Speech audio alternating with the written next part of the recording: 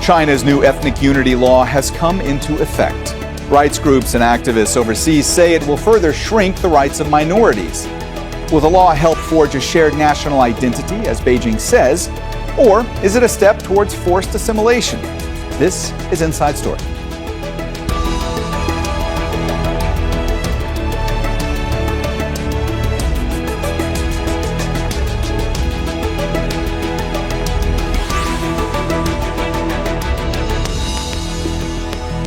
Hello and welcome to the program. I'm Mohammed Jamjoum. Beijing's new ethnic unity law has taken effect. It strengthens Mandarin's position as the primary language of education, official business, and public spaces across China. The government says the law's provisions on social cohesion and preventing separatism benefit everyone. But activists abroad say it will further erode the rights of groups such as Uyghurs and Tibetans. They're also warning against a clause that states China can take action against those who violate the law outside of the country. Taiwan has echoed this criticism. Its government warns the law could be used to target people there who were critical of Beijing. We'll discuss all this with our guests, but first, this report from Felix Nyawara. Until recently, schools in China in some ethnic minority regions had the option of teaching classes in their local languages. But a new law that's come into force this month is set to fundamentally change things. Beijing now requires Mandarin be the primary language of instruction from preschool through high school. China's new ethnic unity law also prioritizes what it calls the nation's common language in conducting government business. Authorities are now required to maintain national security and social stability in what it calls the ethnicity sector.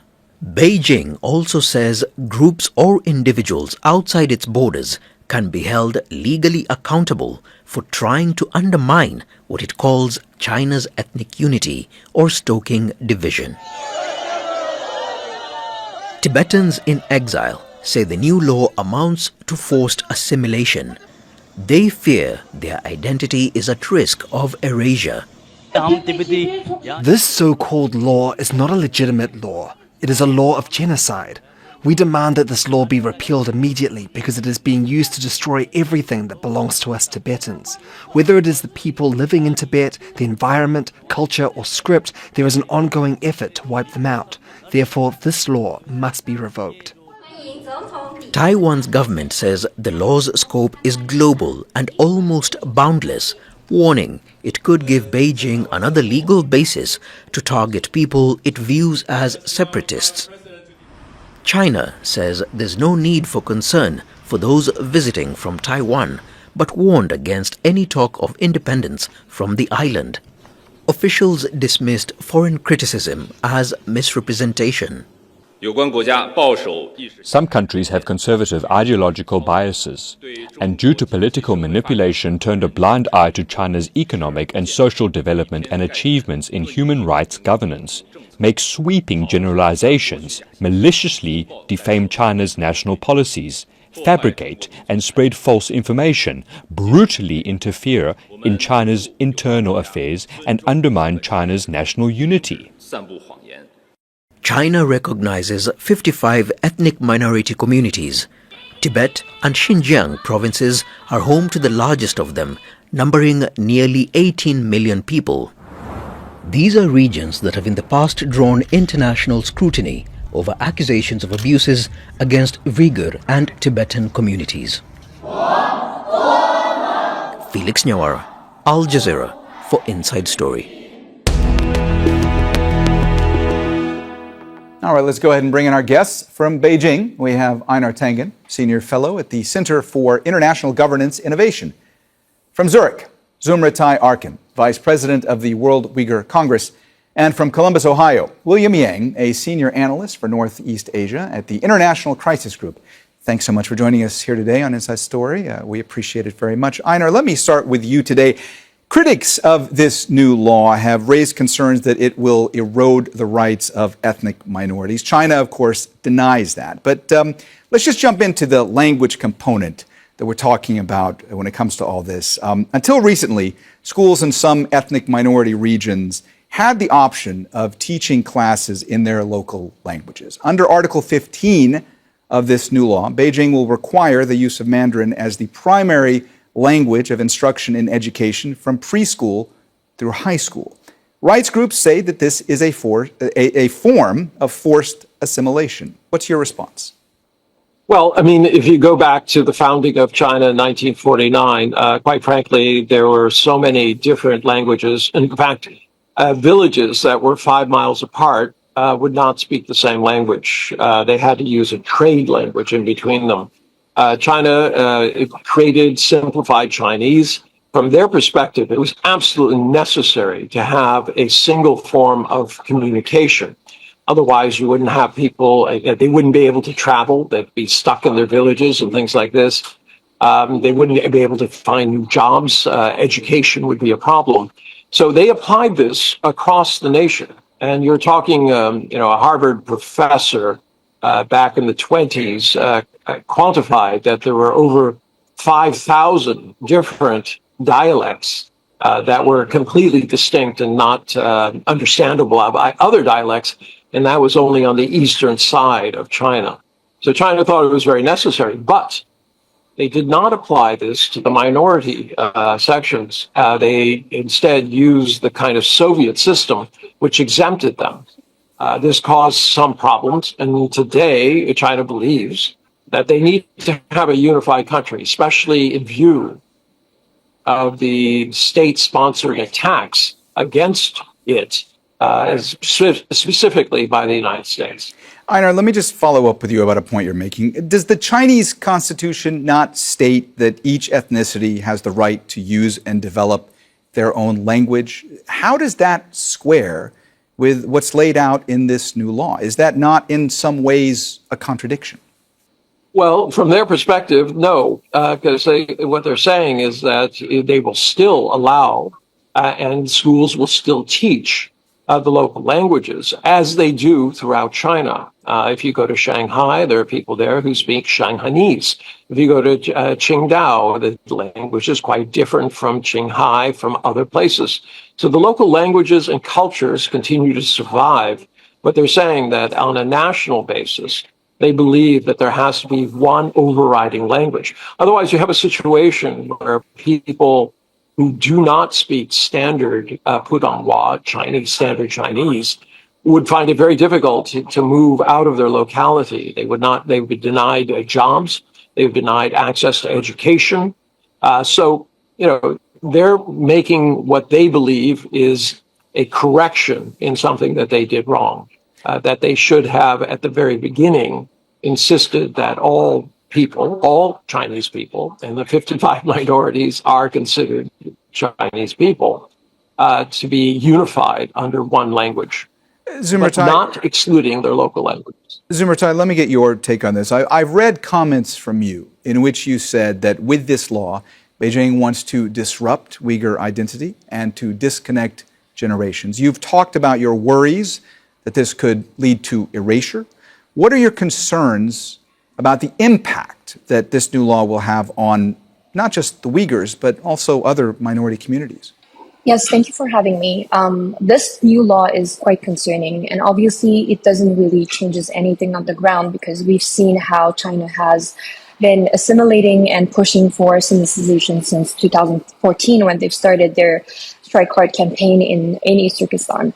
And but this law really formalizes this framework to further push for assimilation and Sinicization of ethnic groups, specifically Uyghurs, Tibetans, and South Mongolians. So it really pushes down this idea that speaking Chinese is the one way to go, and it even encourages the use of Chinese language in informal spaces, like in households, during break time at schools. And we see how Uyghur children are being completely deprived from education in their mother tongue, access to their mother tongue, but also from access to their culture and religion as well. So this law will further this assimilation process, and it means that there's this framework that's being drawn for the next years to come, and that the Chinese government has no intention of giving any freedoms to Uyghurs, Tibetans, and Southern Mongolians, and that everyone has to adopt this Chinese identity, whether they want it or not. Sumritai, let me just ask you to try to help us understand more how things are different now with relation to this new law when it comes to teaching languages in China. Beijing now requires Mandarin to be the primary language of instruction from preschool through high school. In the past, as we were talking about with Einar a few minutes ago, schools in some ethnic minority regions had the option of teaching classes in their local languages, as I understand. From your perspective, how big a shift is this compared to what's going on right now? Well, the shift is quite clear. It doesn't leave any space for preservation of our identities, whether it's linguistic, cultural, or religion. But especially in school environments, Uyghur children have no more access to their unique identity, to their unique language. And what it does actually is that it creates a separation for generations. So from the generation of their parents and the current generation. And under this law, we can also foresee how boarding schools will be also expanded, because currently the boarding school system in East Turkestan and in Tibet is quite wide. And we see how it really kind of implements this idea that Uyghur children have to really adopt this Chinese identity, whether it's cultural or linguistic, and that we see it very clearly with the young generation today, where Uyghur children have very much difficulty communicating even with their parents. They speak very few words of Uyghur, and they are not even able to have full conversations with their parents. So it actually, if you take it in the backdrop of the repressive system that is in the region right now, it's an effort to assimilate, but also to uproot Uyghurs from their roots. William, rights groups and activists are saying that this new law that is going to further shrink the rights of minorities. The Chinese government says that the foreign criticism of all this is a misrepresentation. Help us get more of an idea about all this. What do you say? How significant is all this, and what will the impact be? So I think the law basically adds another layer to the Chinese government's legal toolbox to actually ensure unity, to make sure that they eliminate any potential source of friction with the Chinese government's vision for how to govern the country, and to also, I think, ensure from their perspective, this is quoting them, they basically try to eliminate any source of potential separatist forces. That is, I think, a language that the Chinese government has used to defend the legitimacy of this law and also the necessity of this law. But I think what this law actually might do in the future is to further the Chinese government's ability to target groups, organizations, individuals outside of China that continue to advocate for positions that is contrary to China's official position on how to govern the country, how to tolerate the existence of minority identity and language and culture, and to some extent how to actually make sure that the rights and the legitimate, I think, existence of these these minority groups are not going to be, I think, coming under attack. We've already seen in the past that the Chinese government has been able to launch the so-called extraterritorial legal actions against specific individuals that are in the diaspora community, for the Uyghurs, for the Hong Kongers, for the Tibetans, and also in some cases targeting Taiwanese politicians that are vocal about their criticism of China. So I think this law is an additional toolbox in China's ability to actually target groups and organizations and potentially silence criticism from outside of the country, and ensure that the links between the diaspora community and those that still are inside China will be disrupted. And so that the influence from outside of the country will be reduced to a level where China can ensure that there's not going to be any potential encouragement for opposition against the Chinese government inside China by support coming out from the outside. William, you're talking about another portion of the law, and I want to come back to you in just a minute to ask more about that. But first, I want to go to Einar, because William there was talking about Article 63 in his last remarks. That part of the legislation is getting a lot of attention. It's a clause that states that China can take action against those who violate the law outside of the country. So you're talking about extraterritoriality there. That seems awfully broad. Einar, who is that supposed to apply to? And what kinds of actions do you think we're going to see from China as far as what they take and who they apply it towards? Well, that's a big question. I often, I share this concern that when government takes action, how far does it go? I was a member of the American Civil Liberties Board in my state, and I am concerned about that. But quite frankly, this is being taken out of context.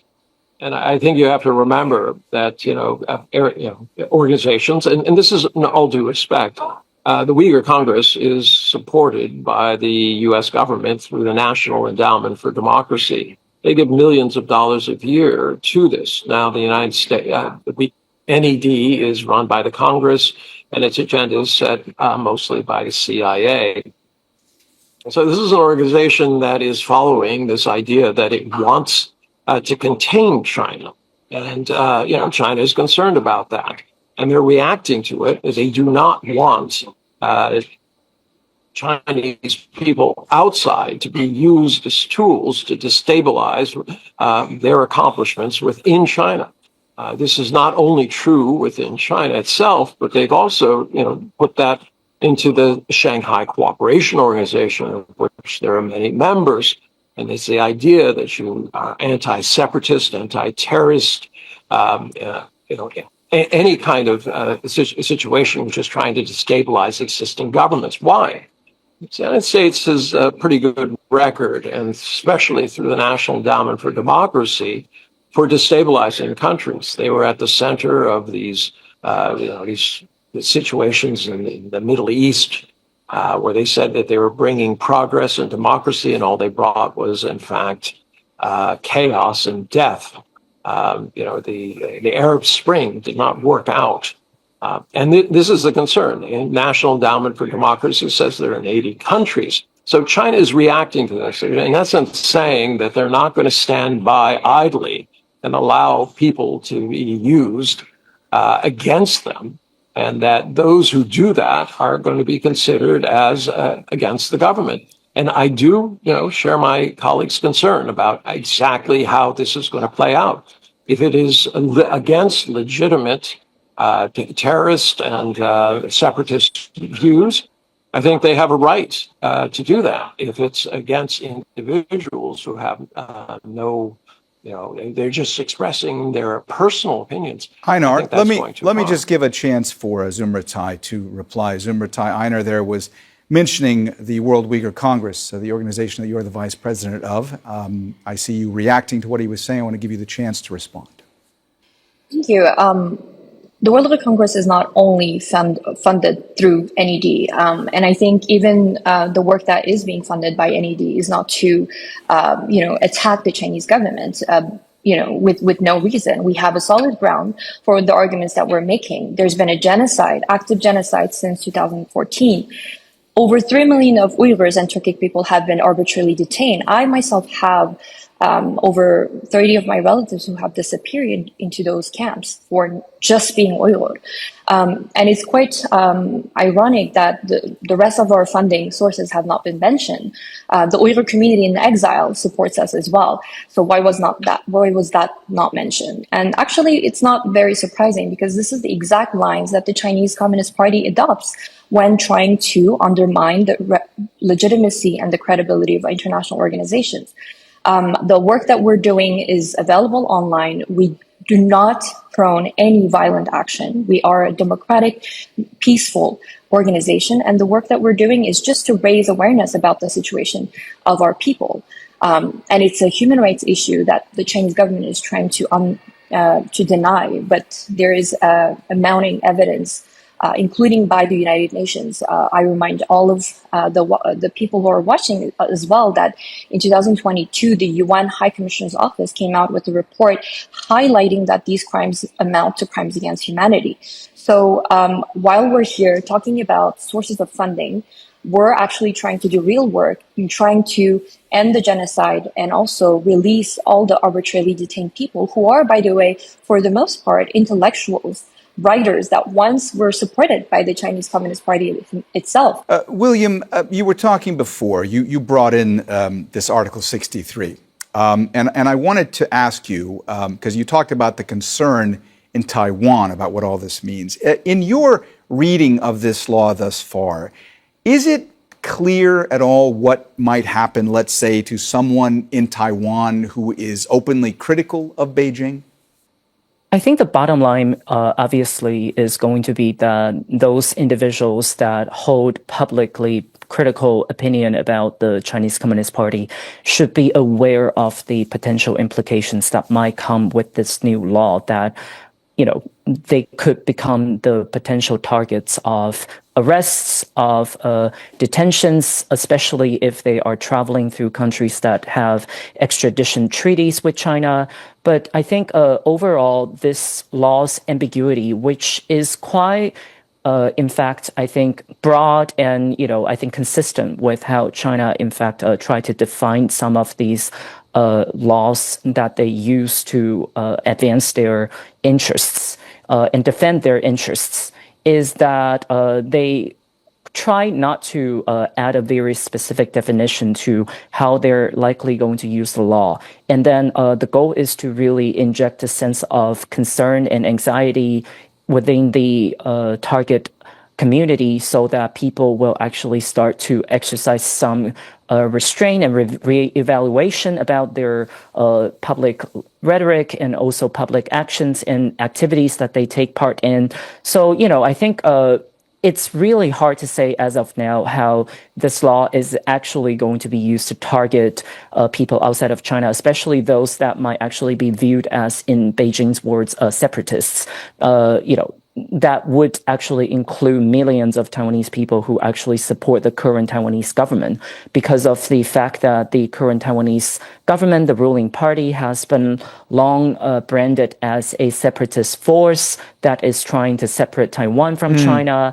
But from the Taiwanese people's perspective, they're simply supporting a political party that they felt like is representing their views and voices. And so, I think going forward, we likely will see a similar situation where there is likely going to be a level of chilling effect within the Taiwanese community, especially those that still work and travel between Taiwan and China. Zumrata, you heard William there talking about the chilling effect all of this could have, and I see you nodding your head to some of what he was saying. How much worry is there amongst activists in the Uyghur community and among other minority groups when it comes to Article 63 specifically? I mean, do you think that this is going to have a chilling effect when it comes to activists and dissidents and what they feel they might be able to say going forward? Absolutely. I mean, there is already existing self-censorship within our communities. And I think the chilling effect is that this is going to push people into isolation, fragment further our communities that are already so fragile in exile.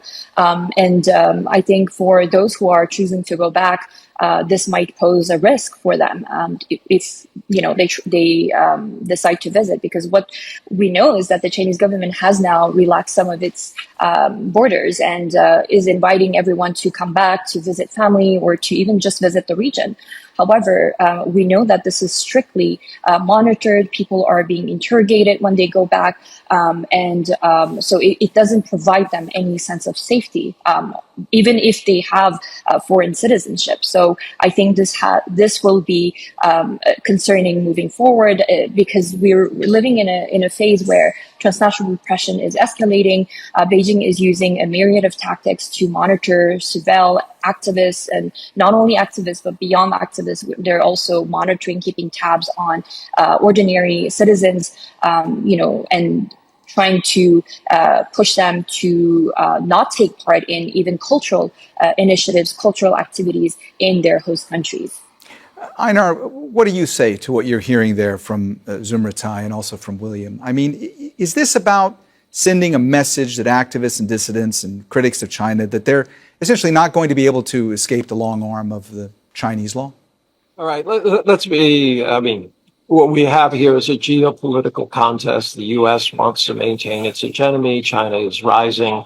The U.S. has chosen Xinjiang, Tibet, South China Seas as kind of ways of trying to distract China from its economic rise. I think we can all agree on that. In terms of what's happening in Xinjiang, I've been there a number of times. I was there during the worst of times in 2014 when there were armed guards and machine guns and tanks and things like that. The week after I left, the hotel that I was staying in was bombed. But then I went back more recently. I went to all sorts of places and made sure that I didn't talk to the people that the government wanted me to talk to. What I got is a sense that things have changed dramatically. China wants to solve problems, just as they wanted to solve problems with, abject poverty, extreme poverty, whatever you want to call it, and trying to make a better nation for themselves. China tries to solve its problems.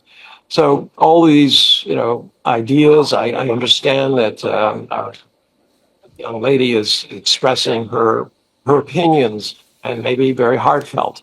But the fact is that she's funded by the United States, which is intent on containing China. And William, let me just ask you very quickly, we just have about 1 minute left. What kind of an impact might this have on just normal people, business-to-business exchanges between China and other countries when it comes to topics like economic cooperation, academic discussions, perhaps? There's certainly going to be some impact in terms of how people choose to maintain their connection and interaction with China going forward, especially for, I think, individuals that work in sectors that might actually overlap with some of the areas that might come under suspicion that they harbor different I think, views and intentions behind the activities that they're conducting. So I think, again, this is really going to inject a certain level of forcing people to start reevaluating their activities, the patterns of their behaviors, and then, going forward, become more cautious when it comes to their interaction with China and people inside China overall. All right. Well, we've run out of time, so we're going to have to leave the discussion there. Thanks so much to our guests, Einar